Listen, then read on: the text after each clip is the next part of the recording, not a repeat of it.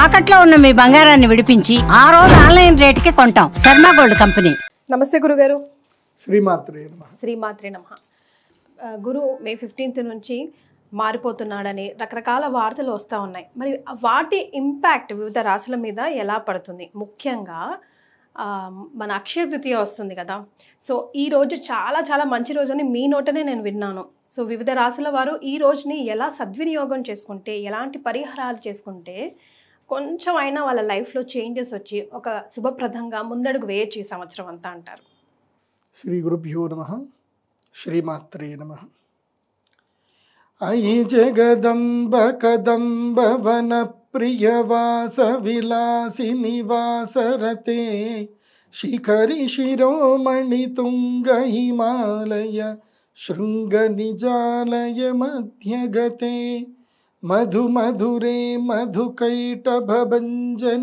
కైటభంజని రాసరతే జయ జయ హే మహిషాసురమర్దిని రమ్యకపర్దిని శైలసుతే.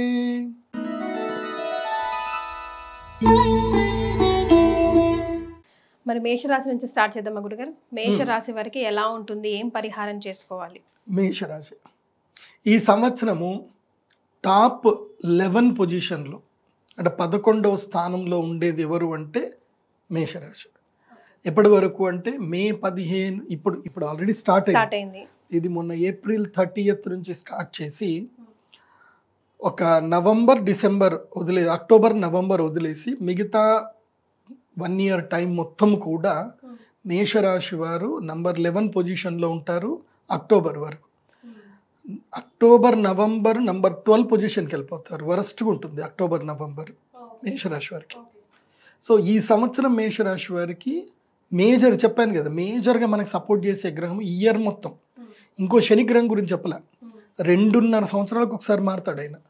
ఆయన లక్ 30 సంవత్సరాల్లో మొత్తం 30 సంవత్సరాలు ఆయన లక్ ఎప్పుడు ఎన్ని సంవత్సరాలు ఇస్తాడు తెలుసా? లక్ కేవలము 7.5 సంవత్సరాలు మాత్రమే లక్ ఇస్తాడు. లక్ ఇస్తాడు. ఎన్ని సంవత్సరాలు? 7.5 సంవత్సరాలు మాత్రమే లక్ ఇస్తాడు.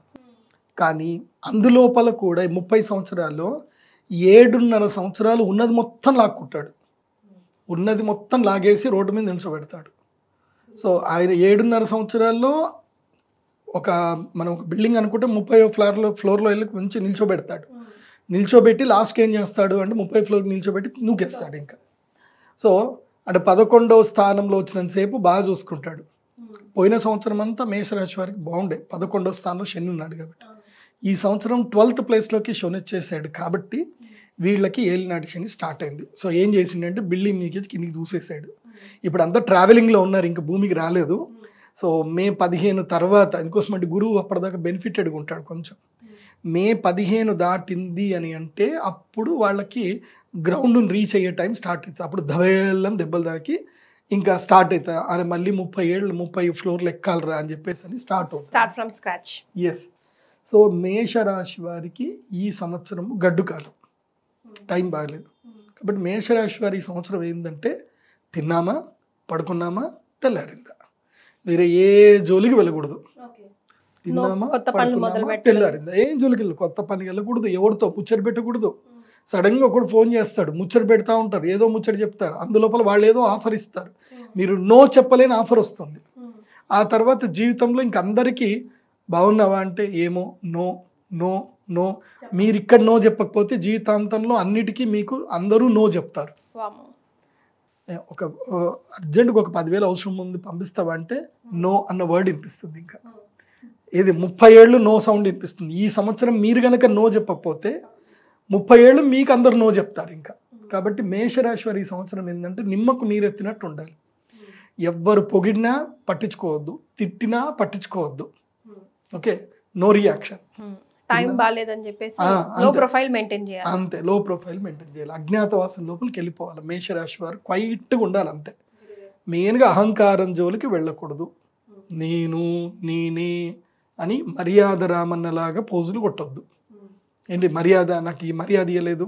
ముఖ్యంగా కొత్త అల్లుళ్ళు కొత్తగా పెళ్ళైన అల్లుళ్ళకి నెత్తి మీద శని వచ్చింది అనుకోండి, భార్యను తీసుకెళ్ళి లాక్కెళ్ళిపోతాడు శని. పుట్టింటికి వెళ్ళిపోతుంది ఆమె, నేను రానంటది. అదే నేను రాను, బొంబాయికి రాను అన్నట్టు, ఇంకా నేను రాను, నేను ఇంటికి రాను అంటది. అప్పుడు ఏం చేస్తావు?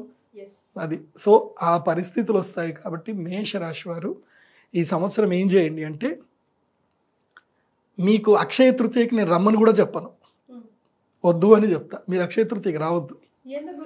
ఎందుకోసం అంటే మీ టైం బాగలేదు. వచ్చినా ఫలితం రాదంటారా?